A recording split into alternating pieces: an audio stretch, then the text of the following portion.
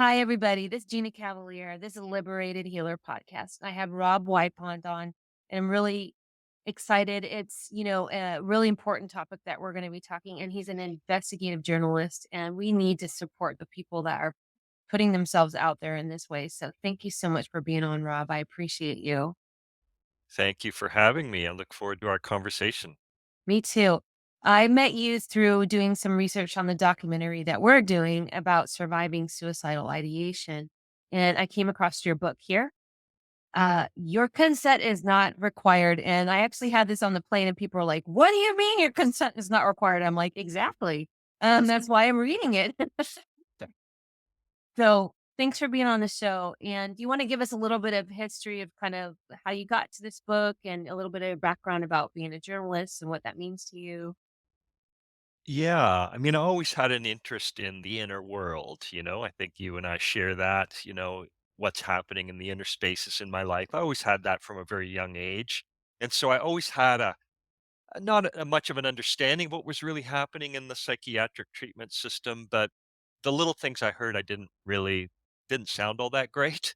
And then as I got older, I read more about that system. And then it so happened that my father ended up in it. And this is the first chapter of the book where he seeks help at a difficult time in his life. He has no real history of quote unquote mental illness or anything like that, but he seeks help. He was definitely going through a difficult period. And he ends up certified as a danger to himself and locked up in a psychiatric hospital and gets fairly aggressively treated. And has some really bad experiences. And so that just really opened my eyes to like, wow, if this can happen to my father, who had all the kind of privileges and good fortune you'd want to have in such a situation, a career college professor of computer engineering, recently retired, money in the bank and a good family around him and a good community and all those things. And yet here he was just in this very, very traumatizing situation. Uh, And so I immediately started to wonder, who else is this happening to? What's happening to them? And I started to investigate. And I'd just begun working as a journalist around that time. And it okay. was one of the first articles I ever did, actually, was about people's experiences of being forcibly treated in psychiatric hospitals against their will. And just for context, I'm in the United States in California and you're in Canada. So we have different programs, based on you guys have socialized medicine and different things like that. So there's a little bit of difference between how some things might be handled. But it's sort of all the same that we're hearing all over the world and in different contexts, of course. But I just wanted people to understand that. Yeah, well, in fact, it's important because, I convinced the publisher's a US based publisher, but I persuaded them that we should keep the Canadian content in the book, even though most of the book is American content. But I do think there's some really interesting points of comparison around how things play out. But overall, as you said, the real lesson is it's almost the same, even though we have these in very different healthcare systems and in some ways quite different sort of cultures, even too. Really, the mental health system, and particularly involuntary psychiatric interventions, play out in very much the same way. And in some ways, they're worse in America because there's a profit motive in some cases. Mhm. In Canada, though, without even though the profit motive's not as commonly there, because we have universal health care, there's really no limit to what they can do because nobody's insurance ever runs out. Nobody's insurance company ever steps up and goes, "Hey, wait, stop treating this person." Whereas Oh, that does wow. happen in America. Yeah. That's so interesting, and I just wanna put a caveat on this, everybody kinda knows my background that, the people that listen to me regularly about that I have a book coming out, Surviving Suicidal Ideation, that I wrote with a, trauma-informed therapist, Amelia Kelly, but the reason why we put it out there was because we realized that people don't wanna talk about this. This is the last super one taboo thing that is, off limits for people, and we wanted them to have a workbook to be able to go home and if they didn't wanna tell a soul, at least they could work on it with some therapeutic, red flags and guidance, and also somebody like me who has had the lived experience, but also I healed it. And so we wanted to provide that, but we completely understand why it's so scary to tell anybody that this is happening to you. So maybe we can dive on that side of things too, that you can kind of what you uncovered in your investigation about, someone who says I might be suicidal and kind of some of these things that happen that are civilly, you know, unfair.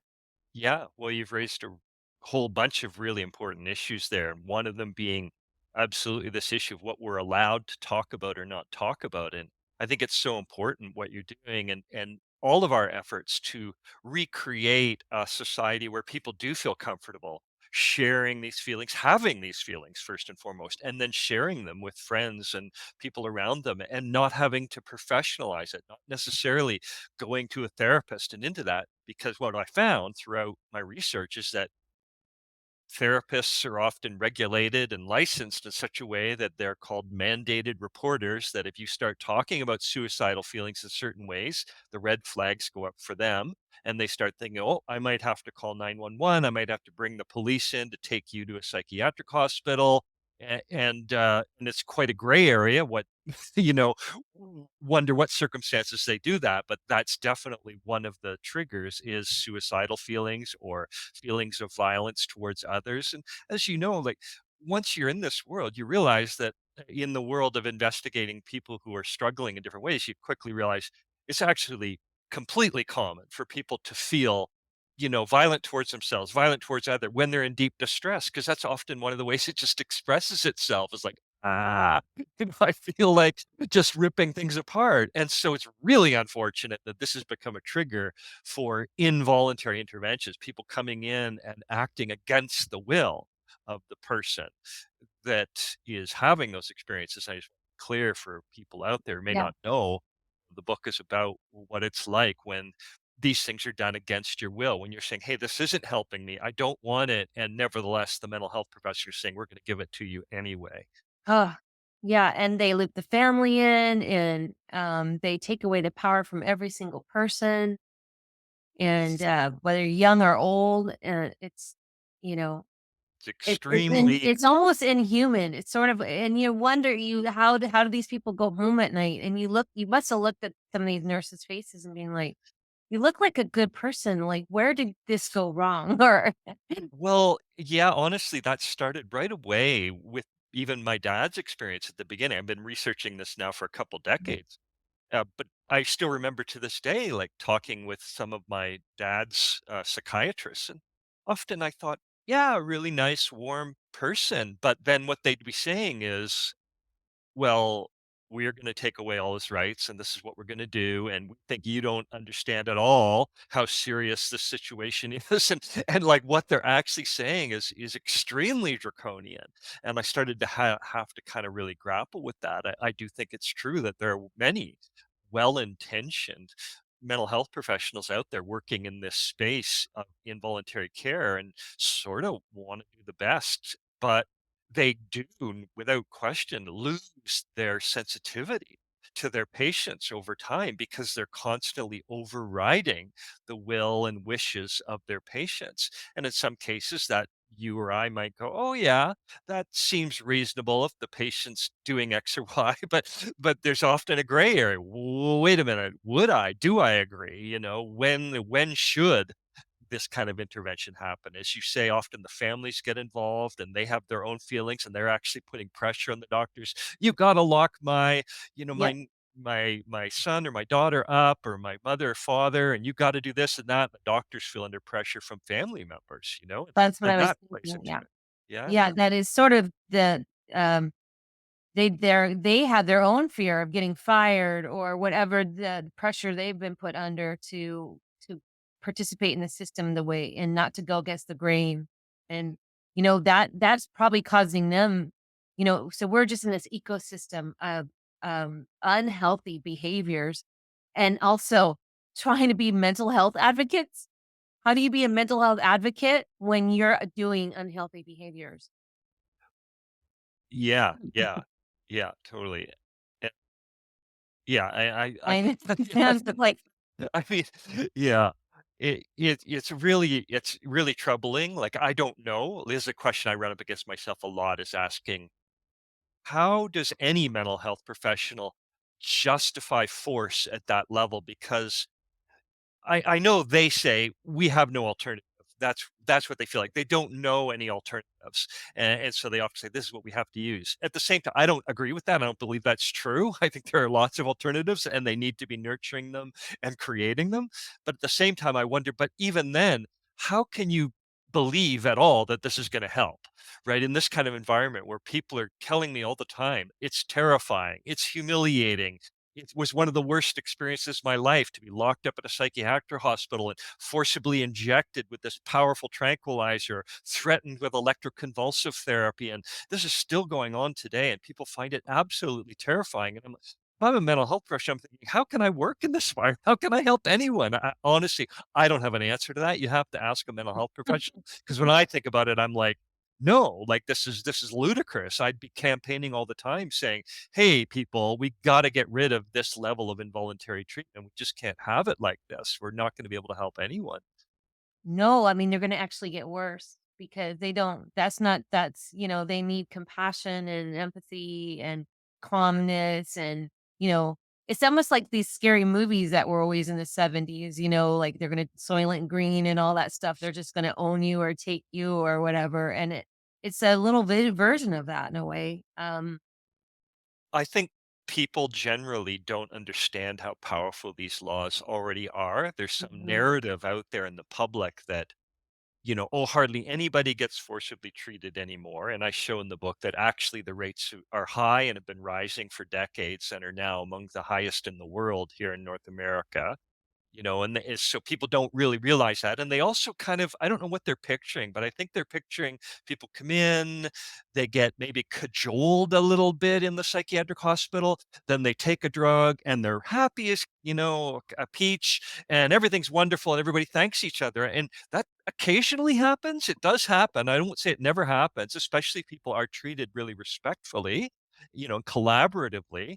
But by and large, if you put up any resistance at all and say, well, I've tried that drug, I didn't like it, I hate the adverse effects or anything like that, this becomes in a very aggressive, hostile environment. And security guards are used and 4-point restraints. And this is all very common. It's a daily occurrence in psychiatric hospitals around North America. And I think people generally don't understand that. In fact, I think it's so much so that they even think I'm exaggerating or making this Yeah, up, or yeah, they just don't recognize what's actually happening. And unfortunately, then we have the family members out there who want it to happen. They want control over a loved one, and they're at wits' end, and they're not telling that side of the story. They're just going, "Oh, forced treatment's great," and you really have to investigate to find out. Yeah, okay, what does that really mean? What's actually going on?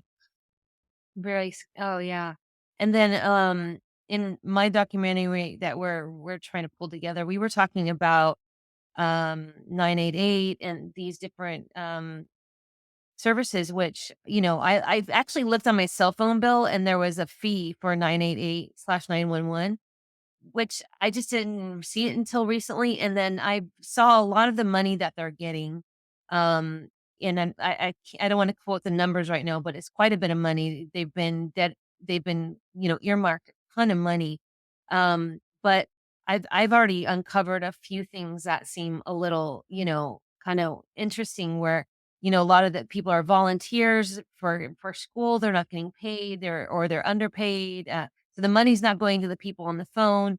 Um, Everything is routed via your area code here, and so if you're in, like, Montana, you go but your area say you're in Montana, but your area code is like a California number, you're gonna get routed to California, who is much busier. I've had several people tell me that, they've called and there's no answer, there's no callbacks, and actually the numbers, are staggering. I think it was 75% of people who called 988 said that they wouldn't use it again.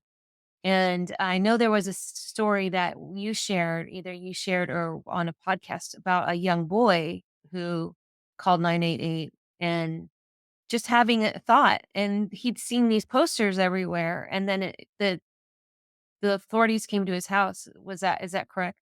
Yeah, that's right. And I've got lots of stories like that, too many stories. So what happens is 988 is engaged in call tracing. They don't do it directly themselves. They contact 911 to do it.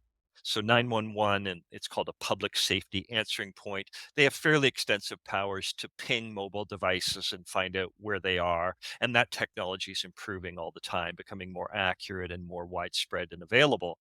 And so lots of people discover this by accident. Because it's advertised as a confidential, helpline, and lots of people who are having depressing feelings or feelings of suicide will call thinking they can have a confidential conversation, but it's only confidential to a point. And they make these sort of rudimentary assessments over the phone within 5 or 10 minutes. The typical call is about 10 minutes. They decide whether or not they think you might be at risk of taking your own life in the next few hours, next few days, whatever. It's kind of vague.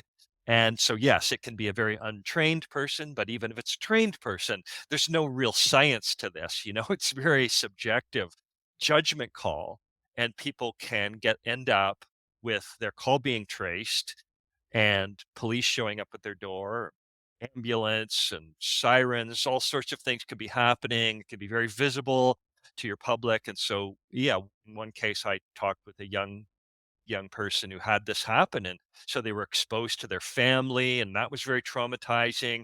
Then their whole neighborhood saw it. The word spread at school, oh, you were taken away in handcuffs, right? The poor child was Mhm. handcuffed because he was just expressing suicidal feelings now, but this is part of the rule. In a lot of places, police have to handcuff. Then at the hospital, he's by this point sobbing his eyes out, from how humiliating and traumatizing this is. And so then they forcibly drug him to tranquilize him. That's even more traumatizing. And, like he's in the state now where he's like, I'm never calling anyone. I'm never telling anyone what I'm feeling. And you can understand, right? You hear that story. And the thing is, this is happening a lot. Like it's happening, the latest numbers I have, around 100,000 people in America in the first year of 988. That's a lot of people. Like I know they're getting 5 million calls, so it's a relatively small percentage, but still 100,000 people getting subjected to a kind of emergency ambulance and police response of some kind, or yeah, and that's not including mobile crisis teams, so they can be intervening at times too, but usually that's not done against people's will. This is often Oh. happening, You and know how people, old that boy was? I'm just wanting to get a visual of his age. Was it yeah, 15 like years? 12 or 13 was my Yeah, young. understanding. Yeah, he Which didn't. is that now it's really turned into the worst day of his life. Maybe he was just feeling, he read something on social media, he's getting bullied at school, there's this buildup, and he's like, "Oh, I've seen these posters," and now it's turned in literally into the worst day of his life. You know what Yeah, I mean? And there was no care in and his future plan as a child and how like I'm just saying there had to have been a better way to do that that was safer to his mental health, thinking about that person, and if you really wanna save his life, that was not the way to do it in my eyes. And we do need more programs, so I'm not saying we don't need 988, it's just we need to be told the truth, and we need to see where all the money's going, and we need to make sure, like, maybe the people on the other end also are getting compensated fairly, that they have breaks. I'm hearing all kinds of things that, you know what I mean? And it yeah. just needs to be more upfront and Yeah, yeah, I think so. Like people need to know that this can happen and have a better idea of the circumstances under which it can happen so that then when they're calling, they at least kind of understand that situation and those possible consequences. I think And if they're then right. yeah, I do too. I agree. And that's why I try to talk about it a lot, even though I'm often discouraged from talking about it because people are saying, oh, don't warn them because people won't call 988. But because people do get benefit from it. As we know, Yeah, people do find, oh, sometimes just a 10-minute little chat with someone anonymously just makes me feel a little bit better. And I move on with my day and that's it. And that works for some people. And that's great. So I'm not against that. But yeah. I do think people have the right to know these risks and have a better idea of when it can happen. Oh, I feel sorry. I feel for that poor little gentleman. I hope that he's healing from that experience and sending him and his family love. And that's kind of why we're here, right? We're going back to tribe. We're understanding that um, the individual, you have to start locally for me. You know what I mean? And look around and how can we help these individuals and have a better mental health experience? I mean, there's so many things that could be adding to a mental health stress too. I mean, I've had a lot of, people on the show. Sometimes there's different, like, brain chemistry people that come in, and there's different things happening in the brain, and there's, even toxins that can affect our moods, and, um, or things that we're ingesting that if we get over toxinated, we it could cause depression. Like, there's all kinds we're a big ball of wax, every single one of us, right? So we're just not a cookie cutter situation, and we have to, really look at us as a whole.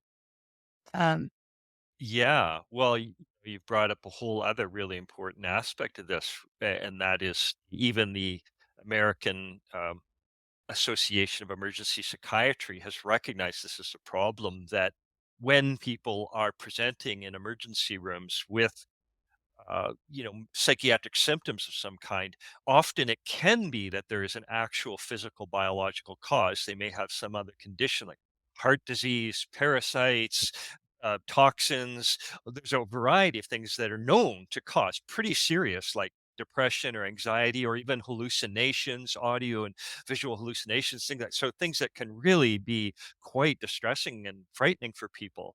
And yet they were finding that fairly consistently doctors are not checking for these things. So basically, if you're present in a way that has pretty extreme psychological symptoms, they often just diagnose you with some invisible mental illness, and you get kind of pushed down that pathway.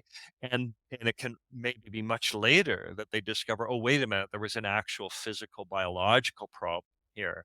So it's a real problem through the whole system right now that's going on. And the this association of psychiatrists was actually saying to their fellow psychiatrists, "Hey, folks, we need to have better systems for actually testing people for some of these common conditions that can happen." Ugh. It's yeah, like looking at the body as a whole and doing it in kind ways that aren't going to affect your mental health more. Mm. Yeah, the You know, stress. I mean, yeah, and I have to say that. I mean, gosh, I don't even want to say like the kinds of comparisons people made about what forced treatment at its worst feels like and its experience like. So, as you can imagine, many people who do end up in the psychiatric system often have a history of trauma in their lives from other things, from childhood abuse and so on, assault, and so they have that in their past that's causing them distress. Then they end up suddenly being forcibly, aggressively overcome by a group of, five male security guards in a hospital, forcibly stripped and injected with a needle. This can be an enormously traumatizing experience that just compounds the actual problem they had to begin with. And I heard so often from people who are saying, yeah, no, if I make a comparison, they'd say, between this trauma from my childhood or being forcibly treated as an adult in a psychiatric hospital, they'd say the hospital was worse. And okay, as a society, if we're at that state where people with real trauma in their lives are saying a hospital is worse than their worst trauma, we've got yeah, a major problem, and we've got to really grapple with it. yeah, and I just think that funding there could be a lot more programs that, interjecting, anonymous, programs, even an anonymous app or something where you can download safety programs, meditations, and things like that, and you know, um, because some of those things that the medical profession has put together are very helpful, like we have in our book, though, about like the safety plans and how do you tell someone that and where and when is it important to tell someone that you're having certain thoughts and things like that. I feel like a part of me was a little bit lucky because early on in my probably late teen, like 19, I a doctor did put me on Paxil for 1 week, and I immediately had suicidal thoughts, and I told him, and he took me off. So, I it was really strong. It literally, like, "I'm gonna jump off a building right," and I had already had on and off during heavy parts of my life, suicidal thoughts, feeling disconnected from the world, like I didn't belong anywhere. I didn't even have, like, a severe depression. I just didn't feel didn't feel like any didn't have any, like, family or friends that I felt like I was, connected to in this world, and so I always felt separate from everyone else, but I was really glad that that happened because anytime I had any type of, conversations with doctors or anything, they'd say, "Well, what about medication?" I was like, "It makes me suicidal." And they go, "Okay, next." So I felt kind of lucky. I never had to go down that path. I'm not saying it doesn't help some people somehow. I know it does. Um, but I had to go in and really dig in and say, why do I have these thoughts? Why do I have suicidal ideation? It was like, I feel disconnected. Well, why do I feel disconnected? Because I had trauma that told me I was worthless. I don't love myself, and unpacking all that stuff. So once you unpack it, then you can look at it and say, oh, I can fix that. I can work on that slowly. I can work on this slowly. And I'm going to have on and off days. But I just feel like I was very lucky that I didn't get medicated early on. And it was because that 1 week. Mm. Yeah, and it's so important, eh? Because for sure, like some people I know, they've taken, that same antidepressant and almost nothing's happened. They'd be like, I barely noticed it. And other people like, I was shocked, I was ready for anything. And other people are just like, I was totally suicidal. Other people have gone totally psychotic where they've just like people have murdered people on it. And like I've talked with some of those people who went through that experience. And so it's quite a range. And I think people who do have positive experiences when they need to also be mindful that, okay, that's not the same for everyone, and we need to be really cautious when we talk about these drugs and just say, "Hey, a lot of different things can happen, and be careful when you take them, and monitor yourself and all of that," because, yeah, it's amazing what sort of just gets kind of promoted out there around these drugs right now, and it's unfortunately polarized, and the reality is, that's it. It's a wide variety of things that can happen. But I want to address, your broader question or not issue that you're Mhm. raising, which I think is really important. And it is just these alternative approaches, right? And there are so many. That's the strange irony, right? In our culture right now, there are lots of people who are doing lots of really interesting, innovative, and exploratory uh, techniques for learning about ourselves and changing behaviors, and people find these really compelling and engaged in them. I mean, I do some myself. I like holotropic breath work. It's a powerful technique for inner exploration, and I find it fun. I know some people see it as a therapy, and it does have therapeutic impacts, but I find it really engaging, and I learn a lot from it. And so, yeah, like I think there's a lot of people out there who are drawn to these things, and they're totally not available in our psychiatric hospitals, right? This is a major problem. And we've even had that amazing lawsuit in Alaska where Jim Gottstein, a psychiatric survivor himself and a lawyer, went all the way to the Supreme Court and won, saying you can't be forcibly drugging people if you don't at least offer them other alternatives in the hospital. There Oh, should be right. therapy available, right? And he won Yep. that case. They said, you're right. And then in the end, it was just ignored and people fought against it and ultimately got whittled down. And to this day, we still don't have that requirement in psychiatric hospitals in America or Canada either, right? So it's just I ridiculous. I think it all comes down to time and money, and it's, "Hey, I've got a busy day. I've got 20 minutes to diagnose you and to decide what to do with you. Here's some things just based on your history without doing deep evaluations and then get to the next patient too. It's time and money. And if we want to be a culture that love our fellow humans, that want to build a world for our children who are going to, have these experiences too, that, if we want to become a society that's taking care of our elderly and that we want to be this. I mean, this is a utopian society. We can create anything. We can go to the moon. We can create a utopian society here that's safer, kinder, sweet, you know, it has to we have to take the time. And like you were saying, like even in our book, we have like ice therapy sometimes or heat therapy or uh there's just so many different things like yoga, like you were saying, Qigong, like finding your thing and seeing, "Hey, did that make you feel any better?" And I like that what you for somebody I got a hit on, when you do take a medication, there should be something like that you have to track, like, "How is it feeling today?" "Well, I got real lethargic today." "Oh, but today I'm like some kind of we have, all these abilities technically, but you you just get a pill and then you're set on your weight for weeks. You know what I mean? And that's just we have to put in better plans. Yeah. Yeah. And I think all of this works far better when it's collaborative and Yeah. respectful, right? Because then you're listening to each other. And we have studies that show this. Anecdotally, everybody will say it. And we have studies that affirm it that, oh, the best thing is therapeutic alliance, right? That's what it's called in the literature.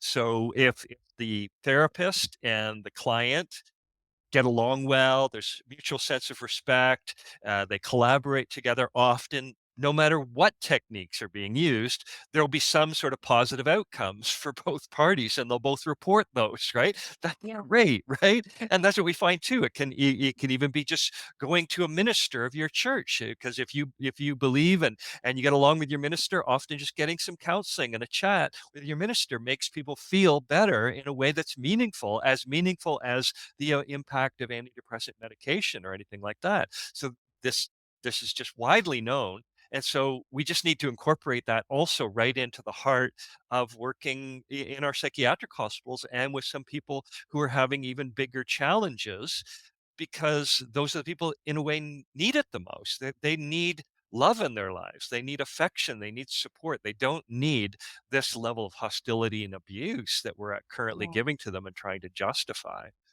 And I wanna give a shout out to the good therapists out there. I had a great therapist and Dr. Mila Kelly. I've been on this journey with a whole year. I've seen all the heart and hard work she puts in. Honestly, she's passionate about military suicide. I mean, all kinds of like, we worked on this book so hard. We did a chapter a week. We back and forth with each other. It was so you're not getting paid for you don't write books to make money. So, for the most part, and, but it was just this effort to really just provide. We don't wanna hear these stats anymore. We don't wanna lose our tribe. But, my therapist, who helped me, on and off for a few years, he was just the smartest guy in the room, and he gave me so much peace. He would tell me, say example, why he would explain to me why I felt worthless, and he would tell me clinical reasons too that I needed to intellectualize why I had this hole in my heart. So I do want to put my arms around the therapist. I know there's a lot out there, and even maybe ones that are stuck in a job that they're being forced to do things. You have a voice too, and I just want to give them a big, a thank you to, especially the ones out there really hustling to. I mean, they don't have it easy either. So I just want to give it a little thing because he changed my life definitely. Yeah. He gave me tools, but he was really good because I couldn't take the medication. He had to find other ways, and it was like, "Go meditate, go." He helped me build my tool set. He gave me books to read and things like that. So that's why I was saying early on, I think that thank God for me personally, that because I didn't have to, because the medication, just made me, not able to read. I was already fatigued through different things in life, I don't know. Yeah, no, one of the things I like to say is it's kind of like a friendship model a little bit, right? Like there's a professional relationship, but it seems to work best when there's a sense of friendliness and mutuality in that therapeutic relationship, and then people can derive benefit from it. And that's not what's happening often in psychiatric hospitals. But that said, there's some therapists and psychiatrists in my book and psychiatric nurses and social workers who work in this space who are doing exactly what you're saying. They're trying their best in that environment, and they were willing to talk with me about their own efforts and struggles, and where they agreed and disagreed with me, and that was great. I found that enormously valuable and helpful. And I know that there are many more that spoke with me anonymously and are out there, who struggle within this system. And I just wish more of them would speak up. I think to some degree they're victimized by this system, which is pretty powerful, authoritarian, and oppressive, the psychiatric involuntary commitment system. And they don't feel comfortable themselves. And I have some of them saying that in my book as well. Like, yeah, I did my best in this psychiatric hospital where I worked, but the reality is I did not feel I could raise the concerns that I had. The psychiatrists had all the power, and they do, right? That's important to understand. Under mental health law, psychiatrists are given absolute power. So they're Mm. medically trained people. So in the end, so as one therapist said to me in the book, like, I often thought, oh, this person would really benefit from non drug treatments that I can provide, and I'm on staff in this hospital to provide it. but the psychiatrist be like, "No, we're going to drug them anyway, and then you can work with them." And the person be like, "But when they were drugged, they just weren't available. They were tranquilized, right? It just wasn't the same anymore. And they were dealing with all these adverse effects from the drugs." But it was just extremely rare for the psychiatrist to allow patients to go undrugged, even when there were other professionals in the same hospital literally saying, "Hey, I'm available here." So we have a kind of, ideological battle going on in this space that's important to talk about. I agree. I think there are lots of well-intentioned people out there, and I wish they would speak up and feel Mhm. more empowered and also add their voices to this, about patients who are getting really traumatized by the treatments they're getting.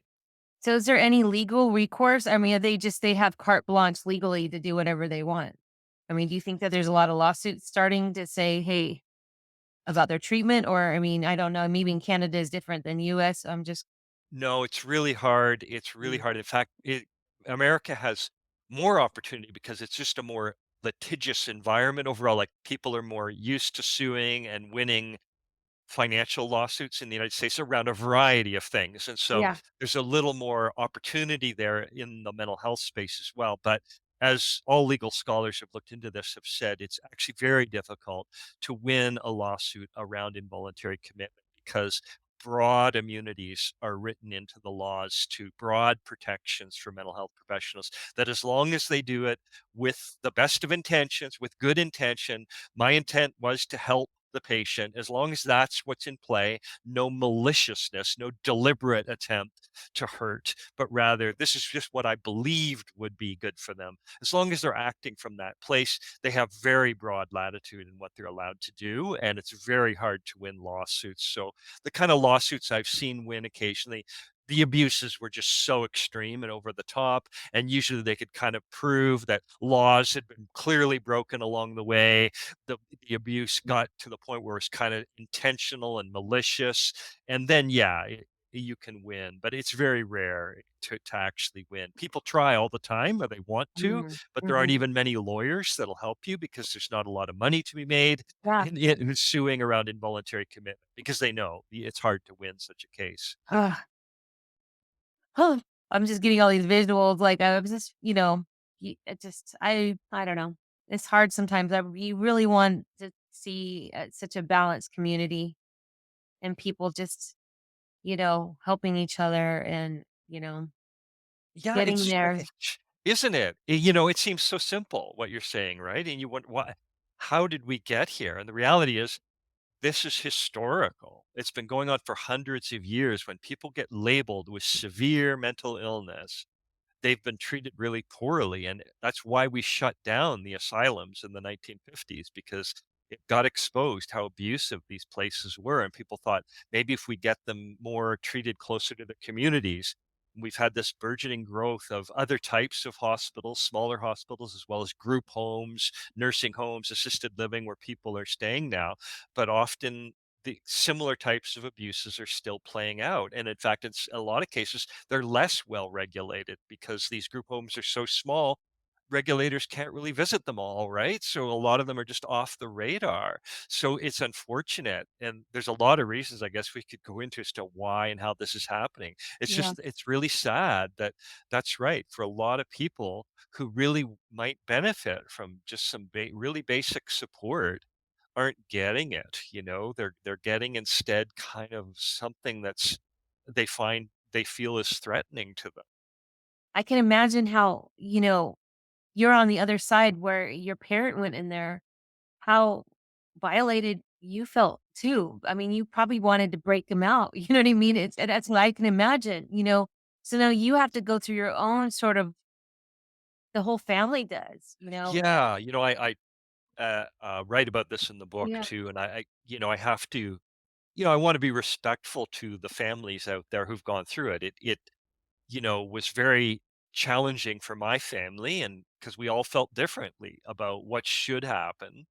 And in fact, the doctors lost patience with us because that's it. If a family starts giving different messages to the doctors. The doctors say, "Get lost. We're going to do whatever we want." And I warn families about that now. So get on the same page about what you want for your loved one.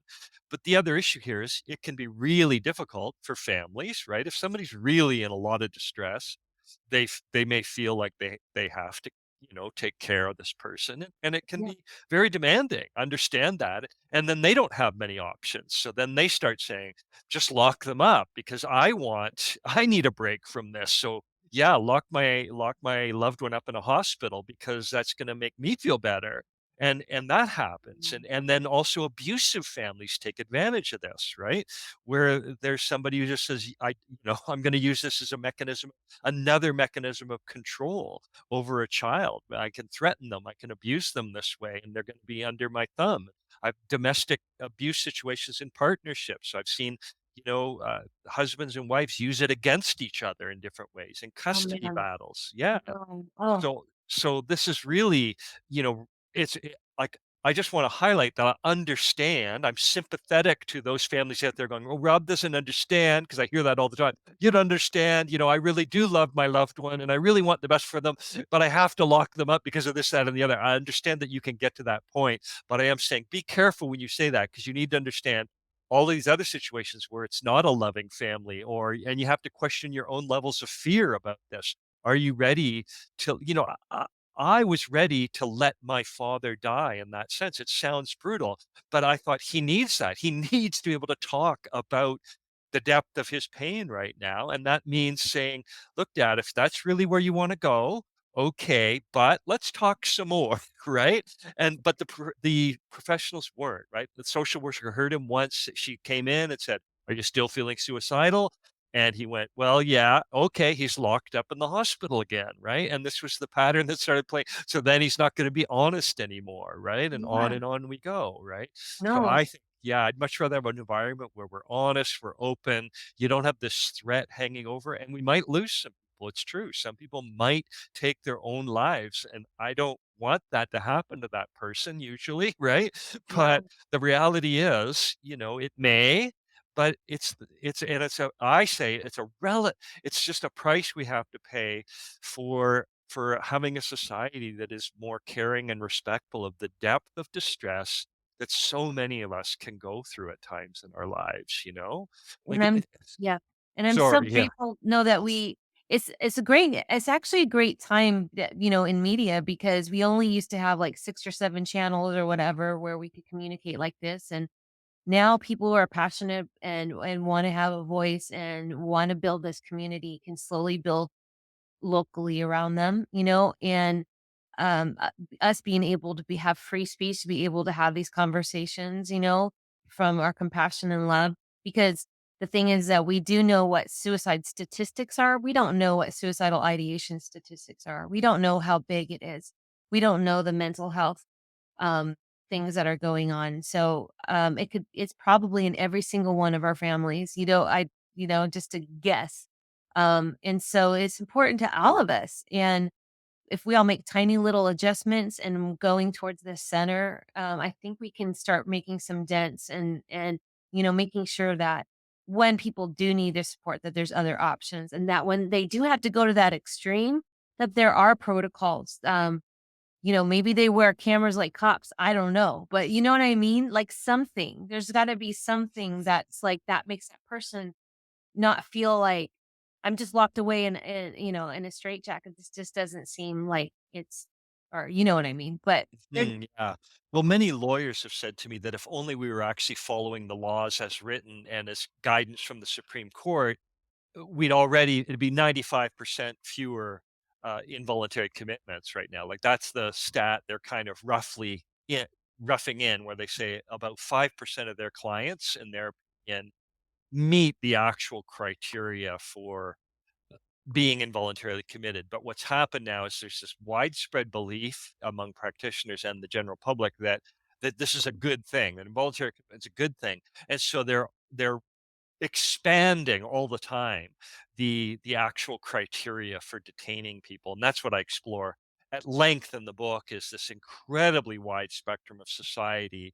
People like my father, who you normally just wouldn't think of as seriously mentally ill and a certified mental patient, people like him being incarcerated in these kinds of situations and forcibly treated. So that to me is a major part of my concern. Like, I don't think this should happen to anybody really.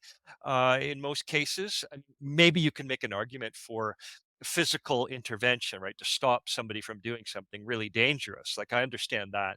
Yeah. Once we get into mucking around people's brains and injecting them with drugs, even as they're saying, I don't like this drug, like, to me, that's a whole other level that I don't see how that's really helpful for people. Yeah. Well, thank you again for your time today, Rob. And this is the book, Your Consent is Not Required, and aligning me up with a few other people in this space to dig into for our documentary that we're working on. Do you have any final wishes or thoughts, or that you'd like to partake with the crew? Yeah, I mean, often people ask me, "Well, how can we improve this?" And I do discuss that in the book, and I think a lot of it is touching on some of the same things you are, right? That ultimately we really need to build more supports between each other, just as ordinary people in society, and that we do the best we can, and I understand it's very challenging and difficult, but so is life for many of us, right? At different points in our lives in particular. So, yeah, good luck in your work as well. I appreciate you, Rob. If you guys have any questions, Gina Cavalier at the Liberator, thank you so much for being here. We understand that some of these topics are a little, uh, you know, I don't even want to call them heavy, serious. They're serious, but bringing levity to them and bringing them out into the open is the only way we're going to take away the tabooness and take away um, the harshness on it, and bringing levity, having normalizing these conversations. Normalizing these conversations, I believe, is actually going to save someone's life. And that's why I do them. I know they're not difficult. It's not something I would enjoy. I'd rather be doing other things as well. But to me, if we can normalize it and not put it in the shadows and not make it so terrifying, and find kinder ways to try to understand the world and the people around us, we can make huge strides. And that's what we're trying to do. So thank you again. Thank you, Rob. All right. Thank you. Bye. Bye bye.